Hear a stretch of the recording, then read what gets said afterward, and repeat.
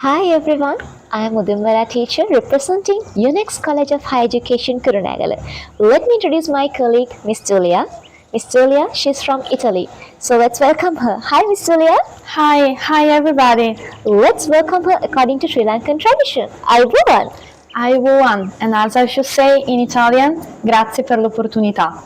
Okay, so Miss Julia, actually today we have a good discussion about education system. So I'm going to tell something about Sri Lanka and you're going to tell me about the European culture. Right, Julia teacher, as a volunteer teacher from Italy, so what do you think about education from your end? Then I'll start with our country. Okay, so our educational system in my region, it's a little bit different than here because we have 5 years of primary school, 3 years of middle school, and then 4 or 5 years of high school, according to the type of high school you decide you want to go. So, according to that, we have at the end of our third year of middle school the first state exam, and at the end of high school the other state exams. Okay, those exams are used just from the government to understand the level of the kids, of the teenagers at the end of their path, educational path. In other European countries, it's a little bit different. According to every country, they have their own educational system. For example, in France, in high school, they have to decide which subjects they want to study. They don't have every subject, they have to choose them. So they have maybe just 5, 6 subjects, not more than that. Also in Britain it's like this.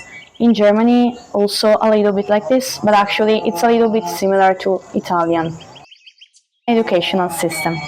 So in Europe in general we have 13 years of school. In some countries just 12, like in France and Spain they have 12 years. In Italy, Germany, in Austria, we all have 13 years of high school. Of school. I messed up. Okay, what about here? When it comes to Sri Lanka, yes, we have basic four levels actually, like preschool, then primary education, junior secondary, and secondary education. So it's like we start at age 5, the preschool level, and then 1 to 5 we have like their first challenging competitive level exam we call grade 5 scholarship exams. It's like more than kids, it's parents actually. So afterwards they are getting ready for their ordinary level exams from age 11 to 16, which means grade 6 to 11. Actually that's their first valid certificate from government, like national certificate. With that, most of them they can even apply for a basic job or a foundation level course. But most of the students they try to do the advanced levels, like which is age 17 to 19. They get their first exam by age 18, but some of them are trying more than one time because they wanted to select or choose a government university or maybe higher level than that. So they try their best to go for that. So we have also like 13 years of education system here in Sri Lanka, and after that they're trying to go for higher education according to their expectations and the career path.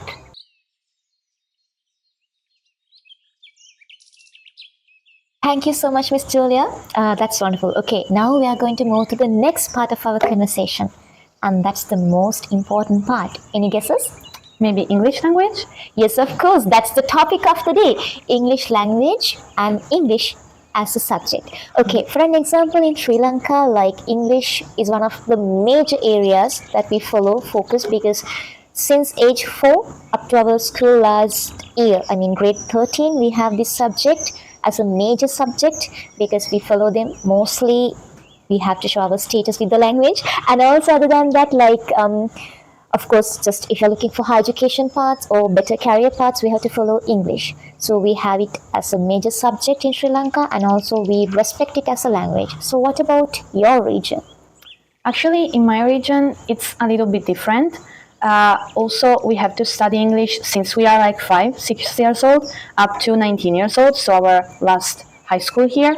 But up to 15, 16 years old, we start studying not English, like grammar part and all, but literature. So we have to study also a little bit about the culture and all, just to like get into the subject very well. And Also, after high school, in university, they required English as an exam.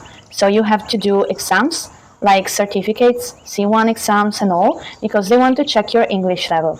So we have to talk in English also in our universities and all. And in our high school, in our universities, sometimes we have a part of maybe subjects like, I don't know, maybe history or geography.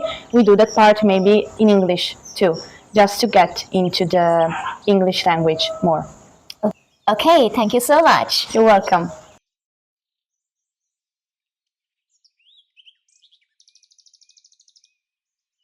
Okay, Miss Julia. Now, this is your last week that you're spending with us, and mostly you have spent like 6 weeks with us. According to your experience, like you got many experiences with our kids and also with other people, because according to me, I know that you have traveled, you went on trips, so you met many people with different feelings, thoughts, experiences, and careers. So I'd love to know about your experiences, how you feel. Because as I told you, Sri Lanka, we have this English as a subject more than 13 years for them from their childhood. And mostly, like, they have the ordinary level exam, that's the first national certificate. There they got English as a subject, main subject. But when it compares to the results percentage, half of them, like 50%, they don't achieve a good pass distinction. But even though the other people who achieve the pass, when it comes to communication, like the lack of like speaking, maybe they don't have some skills, listening, that is there. Then when it comes to advanced level, like again they have this subject, but most of them they focus only on their major 3 subjects other than English, and it's very rare to see a good pass. So, according to your experiences in Sri Lanka, what you feel? Why are they lacking of speaking? What happened? As a European student, are there any suggestions from your end for Sri Lankans? Okay, actually, my experience here, it was okay, it depends. With younger ones, it was easier to communicate because I think that now English is also required for jobs, and also they practice a little bit more. With the older ones, most of the times they couldn't get my English. Also, my accent is different from here, so also for that maybe they couldn't get it much. And I had to use Google Translate sometimes here while traveling because they couldn't get what I was saying. Also, when I first got here in Colombo, it was very difficult to understand their accent for me because I'm not used to that. So with older ones, it's a little bit like this. With younger ones, actually, they were pretty good in English and all. They know how to communicate their needs. So it's very good. My suggestions for both younger ones and older ones is actually they have to travel a lot to get experiences and all with the language, and they don't have to be shy, they don't have to be afraid to speak, because this is also something that I've learned here. Sometimes they are afraid to say something wrong, to not communicate well, so they don't even try. But that's the best part of English. You can try, and if you make a mistake, it's okay. So this is also something that they should do. Try to speak English also if they want with their friends. If they have pen friends, that's perfect because they have to use English, of course, to communicate. And this is maybe something that they can try to do. Also listening, maybe not just to music, but also watching movies in English, listening to the radio in English. Something like this can help because they get also used to other accent, not just the Sri Lankan one, but also American accent, British accent, a little bit European accents and all. So these are my suggestions for them.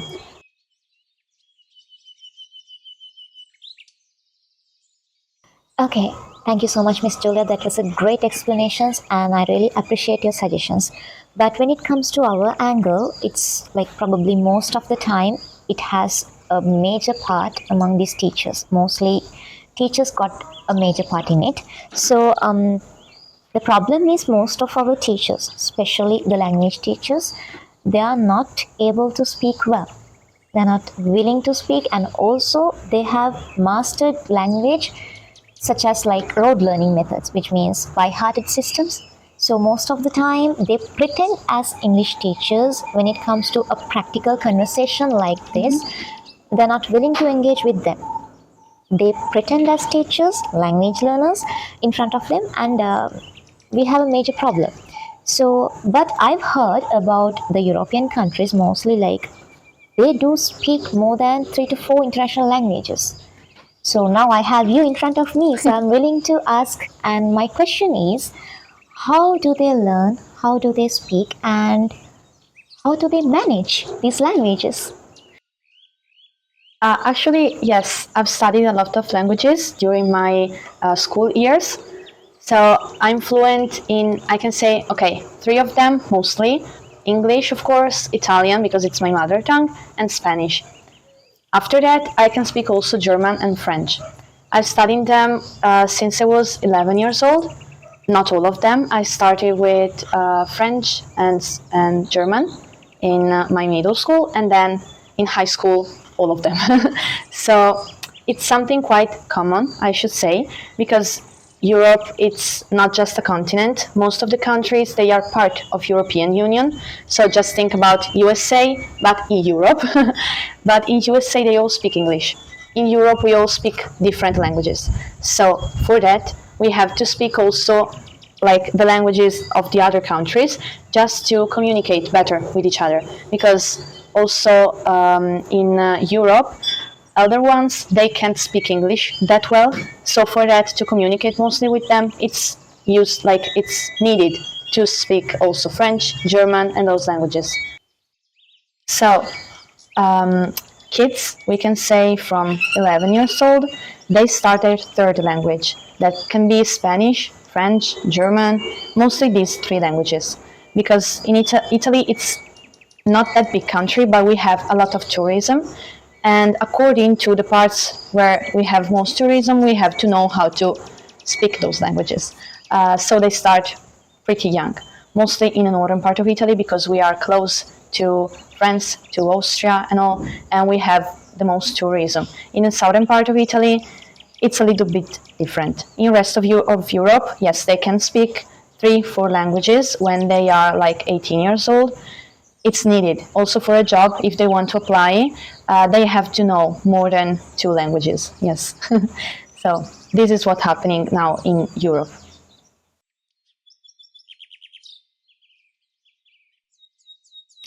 Well, I understood them. Thank you so much, Miss Julia. So nowadays in Sri Lanka, actually, there's a trend.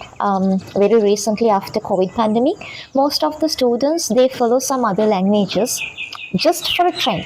For an example, they study Mandarin, Japanese, and some French because they feel okay. This is the trend now.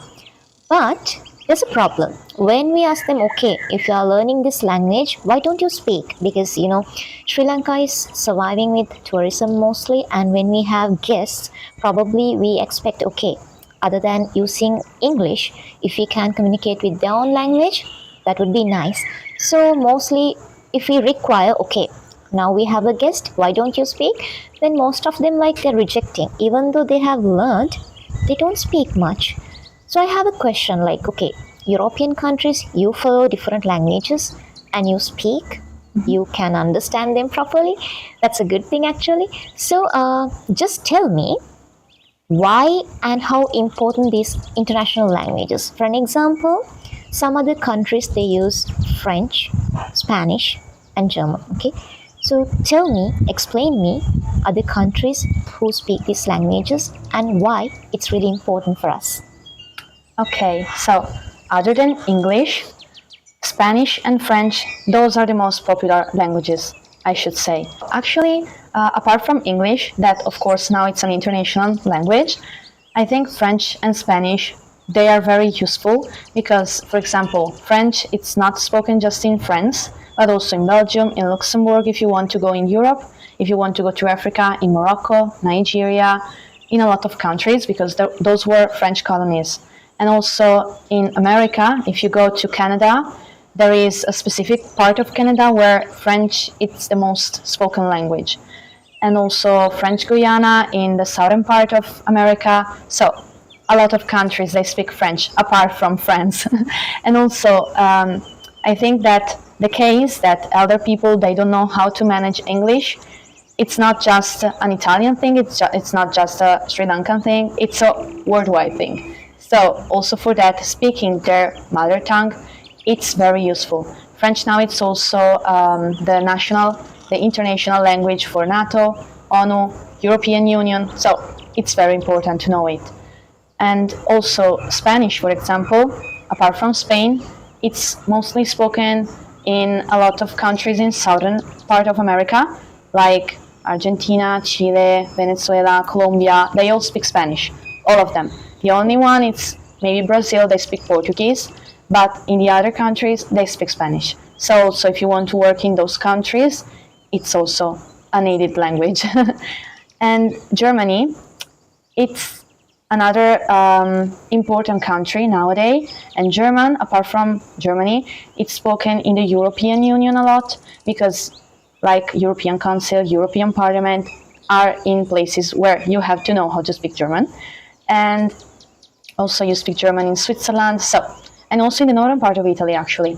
So this is also a needed language. And I'm saying this as an Italian girl, and in Italy, also Italian, it's not an international language. We are the only ones that speak that language, apart from a little bit part of Switzerland, but apart from that, we are the only ones. So I understand also Sri Lanka from this point of view, because also Italian, it's not that common. So for that, we have to know how to speak other languages. Well, Julia, now we are moving to the last part of our conversation. I know it's a bit sad, but what to do? So, Sri Lanka is an island. It's a very beautiful island with a big biodiversity in it. So when it comes to all these natural things, we are mostly attracted to tourism. So do you agree with me? Of course I do. I visited a bit Sri Lanka while I was here, and I've seen different, not climates, climates was always hot, but I've seen a lot of different things, like a lot of green. I've seen the ocean, so it's a very beautiful country for that. Also, I've tried different things that we don't have in Italy and in Europe. Like maybe we have them, but we have to import them. For example, mango, papaya, we have those, but here they had a completely different taste.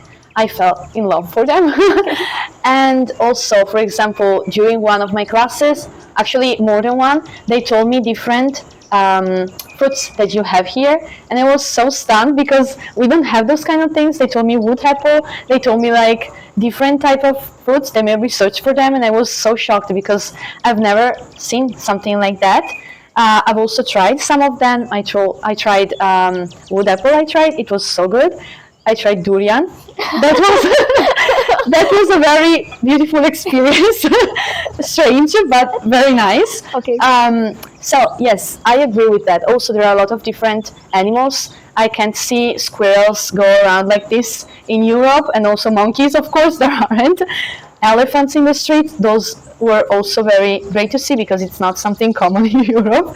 And so for that, yes, it's a very beautiful country. And I know that you love bats, owls. Those were the worst. I had to walk under a bat tree. I was so scared, even though it was day, so they can't see it, they can't attack you, but I was so scared. So that part I didn't like it. What about little insects like bugs, bees, spiders? Mosquitoes, no, that part also. I'm afraid of them. Also, when I'm in Italy and when I'm in Europe, I'm very scared. Like spiders, if they are this tiny. I called my mom, can you come please help me to put this to bring this outside? So yes, also that part was a little bit, I had to get used to it. But as a volunteer or maybe as a person from another country, do you think that we have many things that a person could observe, enjoy in this country? Yes, of course you have. The food tradition also, it's very good, it's great. We have one too, of course, but it's very different. Right? Here, the only thing that was a little bit different to get used to it was the spicy food and all. But it was very enjoyable. Also, the scenery, the landscape. I've seen the most stunning sunsets and sunrise while I was here. So, yes. And when I sent pictures to my friends and to my family, all were stunned. They were all like, oh my God, you were seeing amazing things. we are also jealous here because now it's 13 degrees in Italy, so it's a little bit freezing. So they were very, I don't know, stunned like me to see those kind of things.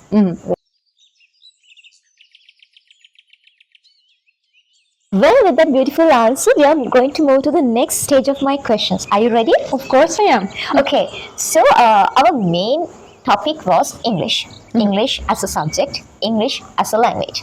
And afterwards we moved to international languages such as like we talk about Spanish, French and everything. So with your beautiful answer, even I realized it's really important for us to have more languages. So Julia, it's like this. Nowadays, Sri Lanka, as I mentioned before, we basically based on tourism now. As we have this biodiversity and everything, we can earn a lot by using our natural things in Sri Lanka. Mostly we are receiving some guests from European countries, so definitely it's a must to have some languages other than English. That's my point of view actually, because I know most of the business people directly or indirectly now they're into tourism, such as like, okay, if they have their own restaurants, definitely you guys are going and having something. And if they have like their own like souvenirs or maybe some products, definitely they just go and buy. But only barrier is this language, because most of the foreigners, like even though they are not familiar with our own language, they are trying to communicate with English. I know definitely the accent is bit differs. For an example, your accent is very different than our own ones. And when it comes to a Chinese person, the way that person explains, it's always different. With this accent barrier, even if our people are not fluent in English, that's a problem. But mostly if they can learn some languages, at least very basic things. For an example, now you know some basic Sri Lankan words, such as, okay, how to say thank you in Sinhala, how to greet them in Sinhala, some things. Okay, likewise, if these people also can learn and speak better, I think it's gonna work for them. They can earn a lot. So that's what I believe. So Julia, what do you think about this and how important for them to learn? Because as this is the last part of our conversation, what do you think? What do you have to say for them? Okay, so I think that's true. It is very important. And from my point of view, as also my country, we have a lot of tourism, okay? We are doing that. We are studying the languages of the people that they're coming to our country. So most of them, they are from Germany and from France. So those one are the most known languages in my country. And also now they're starting to learn a little bit Arabic, Chinese, Japanese, because we have a lot of people also from those countries. So also for Sri Lanka, I think it's the same, because we are part of European Union. So we are also engaged in all of those things. But here, as you said, you're based on tourism. So that's maybe the most important things, like knowing also a little bit other languages to make other people feel welcomed in this country. Because also sometimes they can even understand English, so it's a little bit difficult also for tourists that come here. Also for solo tourists, because maybe they're not that, I don't know, involved in here. So it's better also for them to know other languages. Maybe not just European languages, it's okay also for Chinese, because I know that in China they don't speak English that much. Also Arabic, because the same. So, yes, I think it's very important. Okay, thank you.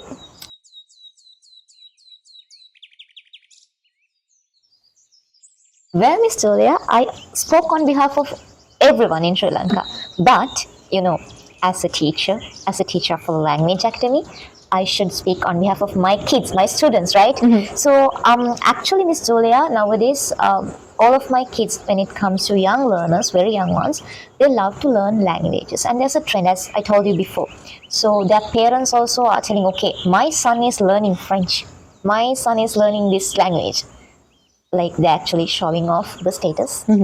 But when it comes to, I've even got to know that you have asked different questions from them, like, okay, if you learn this, could you please show this? Just tell me. Likewise, but the answer was like, the feedback was a bit awkward, which means like nobody answered well. Is that true, Julia? A little bit, yes. Okay, kindly explain me what happened actually and why these things happen. And do you have any idea for my students about these languages, like learning a language, another language, and how do they have to prioritize that one? Okay.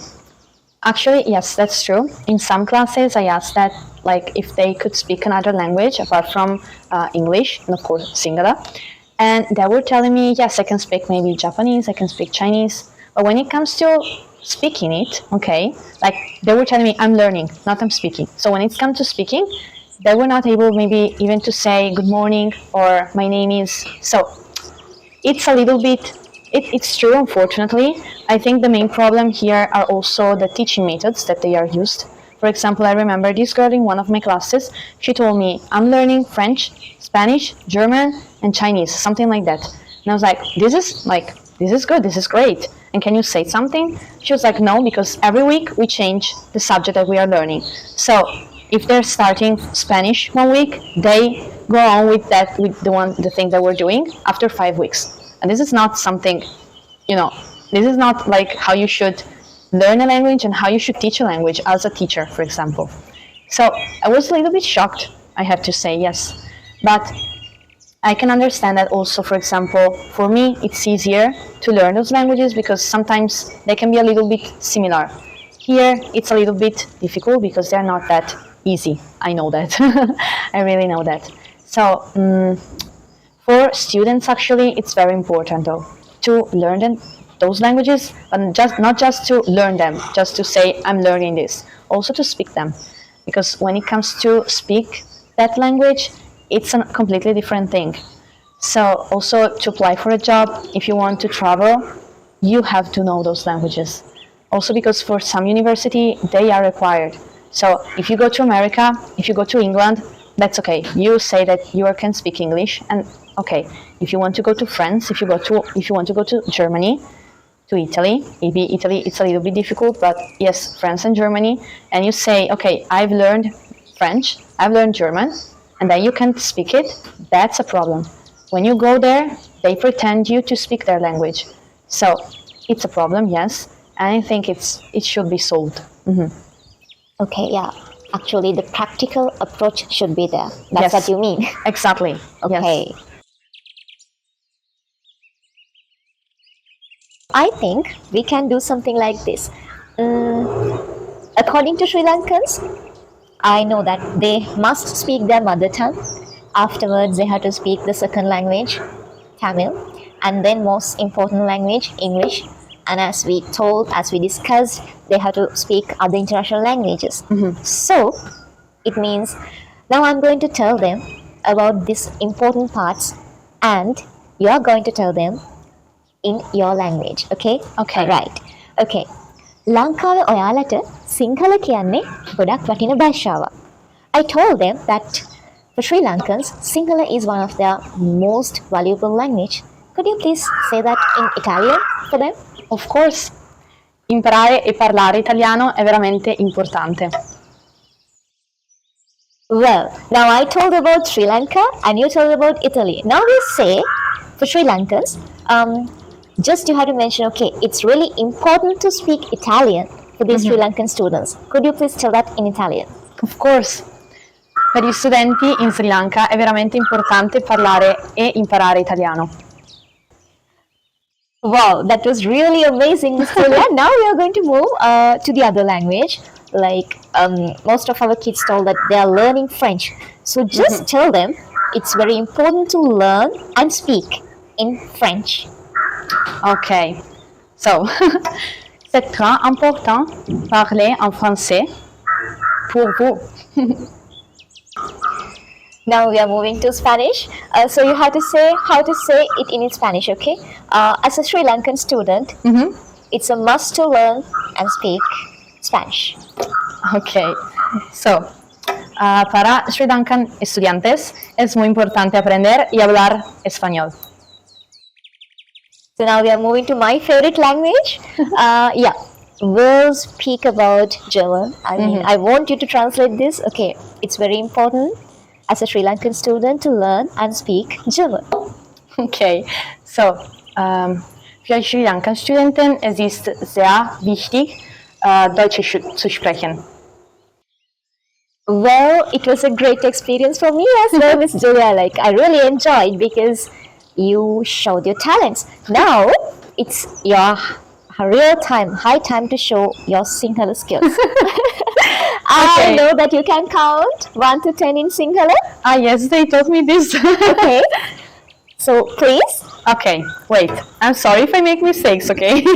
So, eka, deka, tuna, hatara, paha, haya, hatta, atta, navaya, dahaya. Well done. Okay. Thank you. Then I know that you know the word how to say thank you in Sinhala.